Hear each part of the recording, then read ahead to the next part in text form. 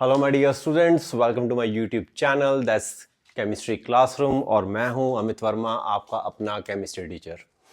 सो बच्चों, आज मेरा टॉपिक आता है चैप्टर नंबर 1 क्लास 12th का सॉल्यूशंस, और उसका आज है lecture number 2, that is the mass percentage. बच्चों, जो मास परसेंटेज होती है ये एक मेजरमेंट ऑफ कॉन्सेंट्रेशन टर्म होता है।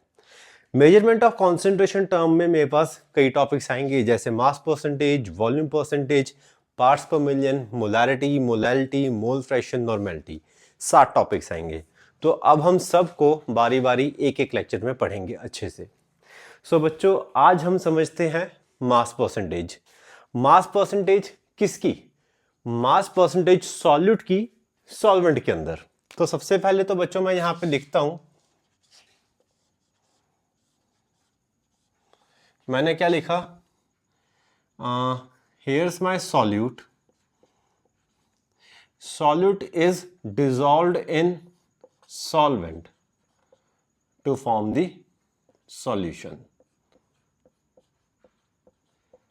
Now let the solute is B, capital B, solvent is capital A, the solution formed is AB. तो बच्चों अब बात आती है कि इस AB के अंदर जो कि सॉल्यूट है मेरा B, तो यहां पे B का मास परसेंटेज क्या होगा। तो ये मेरा एक सिंपल सा क्वेश्चन है कि सॉल्यूशन AB के अंदर B की मास परसेंटेज कितनी है। So it's very easy to calculate. What I am writing, mass percentage of, let it be B in solution AB, it will be equal to the obviously mass of B upon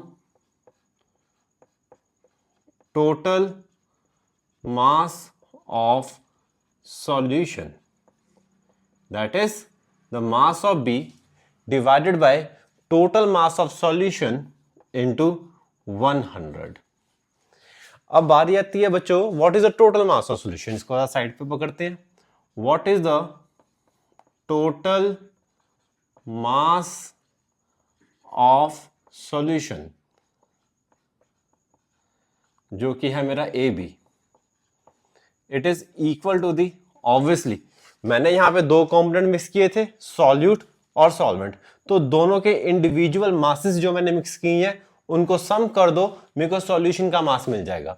तो total mass of solution comes out to be the mass of solvent, जो कि इस case में है मेरा capital A, plus mass of solute, जो कि इस केस में है कैपिटल बी। सो अब इस चीज को मैं यहां पे सब्स्टिट्यूट करता हूं, तो मेरे पास mass percentage of B in A B क्या आ जाएगी, that will be mass of solute, जो कि है B, divided by total mass, बच्चों जो कि क्या हो जाएगा, mass of A plus mass of B into 100। Hopefully बच्चों यहां तक क्लियर हो गया होगा। तो मैं इसको यहां पे थोड़ा आगे लिख देता हूं शॉर्ट में, that mass percentage of B जो हो जाएगी, it will be mass of B by total mass into 100। Let's make assumption कि आपको मास परसेंटेज सॉल्वेंट का निकालना है, तो क्या हो जाएगा, mass of A divide by total mass into 100। So that is mass of A by total mass, that is mass of A plus mass of B into 100 will give me the mass percentage of A। ये क्या है, mass percentage of solute, जो कि solute इस case में मैंने क्या लिया हुआ है, B। So that will be mass percentage of B is equal to the mass of B by total mass, that is mass of A plus mass of B into 100। अब बच्चों यहां पे एक समथिंग डिफरेंट टॉपिक मैं pick करता हूं, साथ ही में कवर हो जाएगा। ये तो मास परसेंटेज की बात थी। Now let's talk about the mass fraction. बच्चों जैसे मास परसेंटेज, परसेंटेज को हम 100 में से इवैल्यूएट करते हैं कि 100 के अंदर मेरे पास ए या बी कितना है। लेकिन अब बात आएगी मास फ्रैक्शन की। बच्चों मास फ्रैक्शन को हम 1 के रिस्पेक्ट में इवैल्यूएट करते हैं कि 1 के अंदर मेरे पास फ्रैक्शन ऑफ ए या फ्रैक्शन ऑफ बी कितनी है। Let it be like maximum fraction होती है 1, उसके अंदर 0.2 fraction is of the solute, that means we are having 20% of solute. तो एनीवेज अभी ये पकड़ते हैं mass fraction. Let's talk about the mass fraction of B. तो बच्चों वो क्या हो जाएगा, same way mass of B divided by total mass, that is mass of A plus mass of B. लेकिन इस केस में आप 100 को नहीं लगाओगे। अगर आप 100 लगाओगे तो वो परसेंटेज में कन्वर्ट हो जाएगा, अगर आप 100 नहीं लगाओगे तो वो फ्रैक्शन में कन्वर्ट हो जाएगा। इसी तरह अगर मैं बोलूं मास फ्रैक्शन ऑफ ए, अगर हम निकाल रहे हैं मास फ्रैक्शन ऑफ ए तो वो हो जाएगा mass of A upon total mass, that is mass of A plus mass of B. So that's my topic for today. The formula we got that वैसे most of the time हमेशा numerical में मास percentage of solute ही पूछी जाती है, तो that से मैंने यहाँ पे सॉल्यूट को पकड़ा हुआ था। सॉल्यूट मेरा बी था तो मास परसेंटेज ऑफ बी क्या हो जाएगी, that is mass of B upon total mass into 100। तो चलो बच्चों अब हम क्या करते हैं, इस फॉर्मूला को नोट डाउन कर लो या इसका स्क्रीनशॉट ले लो। मैं आपको यहाँ पे मैंने 2 न्यूमेरिकल्स लिख रखे हैं, इन 2 न्यूमेरिकल्स को सॉल्व करवाता हूँ। मैं इसको रफ कर रहा हूं बच्चों।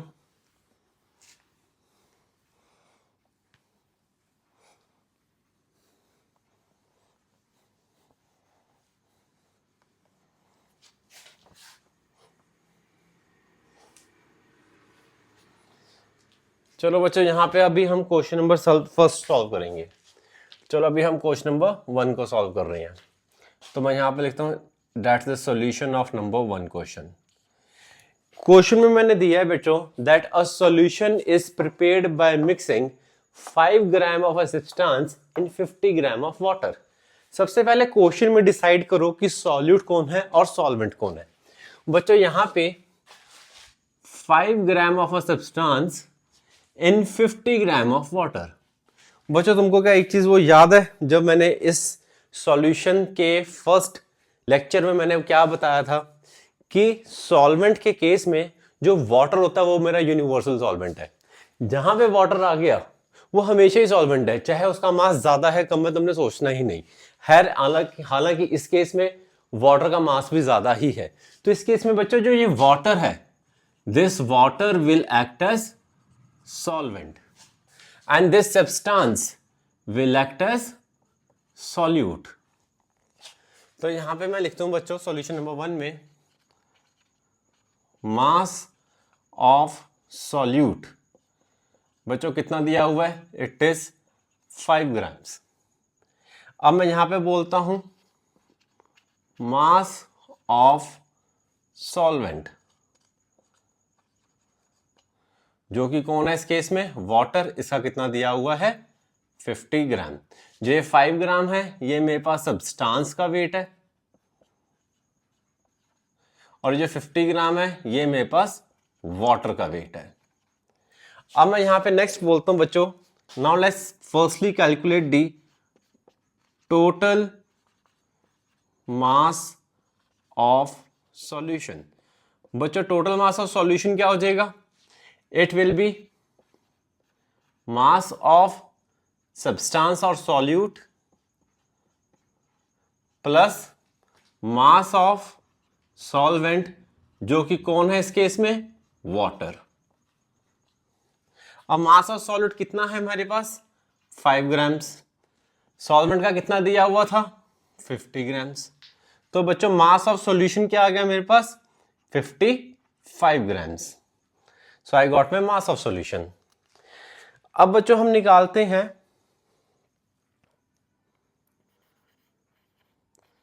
मास परसेंटेज ऑफ सब्सटेंस, जो कि कौन है मेरा इस केस में, सॉल्यूट। जो कि इस केस में क्या था, solute. Mass percentage of substance जो कि सॉल्यूट है, आप कैसे निकालोगे, that will B mass of substance divided by total mass of solution into 100। ये मैंने अपना फॉर्मूला लगा लिया मास परसेंटेज का। अब बच्चों मास ऑफ सब्सटेंस कितना निकला दिया हुआ है यहाँ पे 5 grams। So I am putting 5 grams over here divide by mass of solution हमने कितना निकाला 55 grams। 5 divide by 55 into 100 and this thing comes out to be 9.09%। मतलब कि मेरे पास इस सॉल्यूशन के अंदर 9.09% बायोमास सॉल्यूट है या सब्सटेंस है। सो बच्चों इस न्यूमेरिकल को फटाफट से देख लो। ये मैंने फर्स्ट किया था, अब हम सेकंड करेंगे। बच्चों मैं इसको डिलीट कर रहा हूं, रब कर रहा हूं।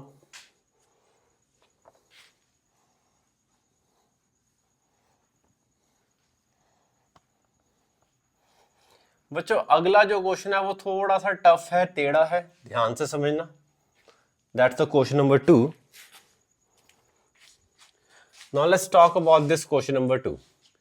ये कहता है calculate the percentage composition of solution obtained by mixing two solutions, एक सॉल्यूशन x एक सॉल्यूशन y। जो सॉल्यूशन x है उसका हमने 300 ग्राम लिया है, सॉल्यूशन जो y है उसका 400 ग्राम लिया है। So he says calculate the percentage composition of solution obtained by mixing 300 gram of 25% solution X and 400 gram of 40% solution Y. So when we are going to mix solution X plus solution Y, we will get new weights of solute and solvent in the solution. तो मुझे नए weights मिलेंगे। उसके according जो मेरे पास नया solution बना है उसमें सॉल्यूट की परसेंटेज कितनी है और सॉल्वेंट की परसेंटेज कितनी है, मैंने ये कैलकुलेट करना है। तो यहां से शुरू करते हैं। सबसे पहले मैं यहां पे लिखता हूं कि इसमें सॉल्विंग सॉल्यूशन नंबर 2। मेरे पास दो सॉल्यूशंस है, सॉल्यूशन X, एक है मेरे पास सॉल्यूशन Y। मैंने इन दोनों को ऐड करना है, ठीक है। अब सॉल्यूशन X के बारे में पहले हम बात करते हैं। That we have taken 300 gram of 25%।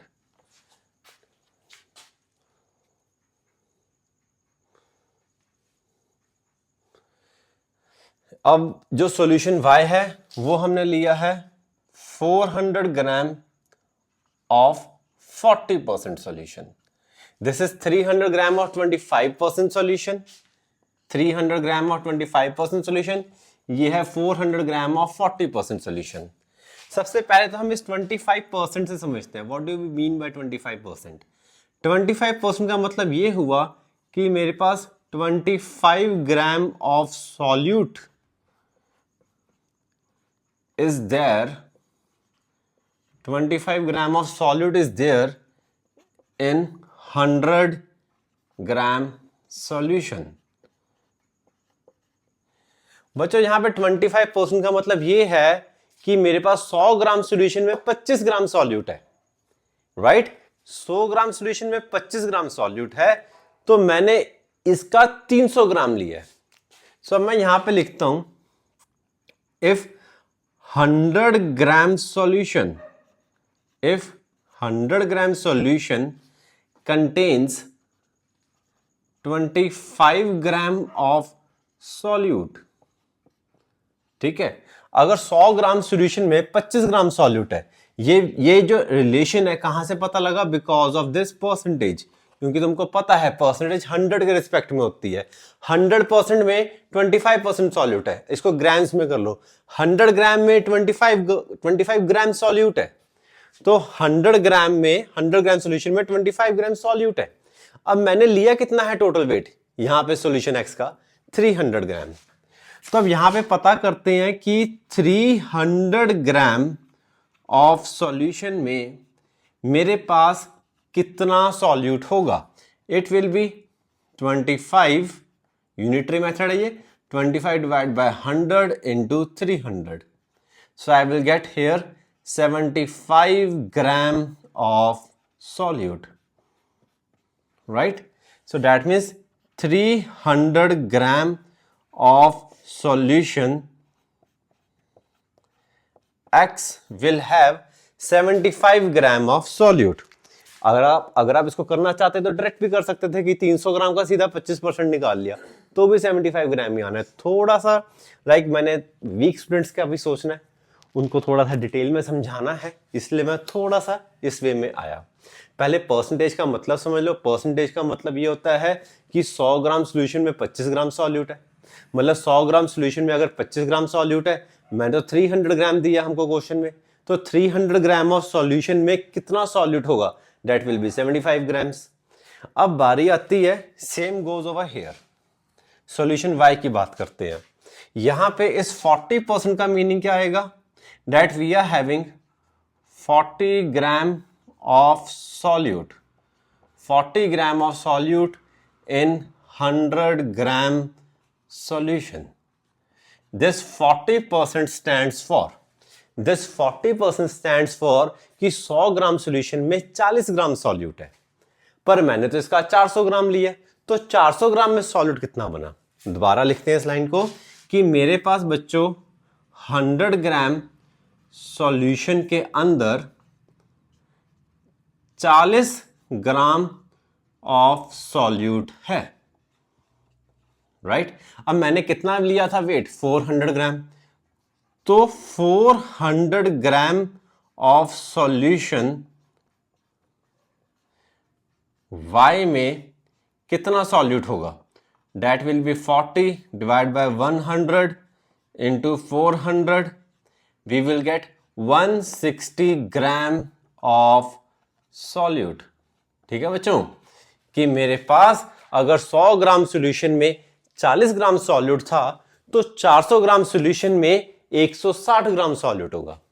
अब मैंने पता कर लिया, क्या पता कर लिया? कि सॉल्यूशन X का अगर मैं 300 ग्राम ले रहा हूं तो उसके अंदर 75 ग्राम सॉल्यूट है. अगर मैं सॉल्यूशन Y का 400 ग्राम ले रहा हूं तो मतलब 400 ग्राम सॉल्यूशन में according to percentage 160 gram of solute है. अब क्या करना है? मैंने इन दोनों को ऐड करना है. जब मैं ऐड करूंगा तो मैं यहां पे क्या लिखता हूं?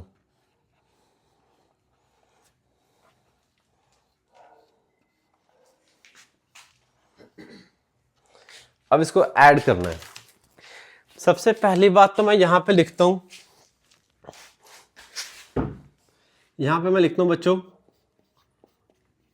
Total mass of new solution. Total mass of new solution क्या बनेगा? मैंने 300 ग्राम X मिक्स किया था और 400 ग्राम सॉल्यूशन Y मिक्स किया था, तो वो हो जाएगा मेरे पास 300 gram plus 400 gram. It comes out to be 700 grams.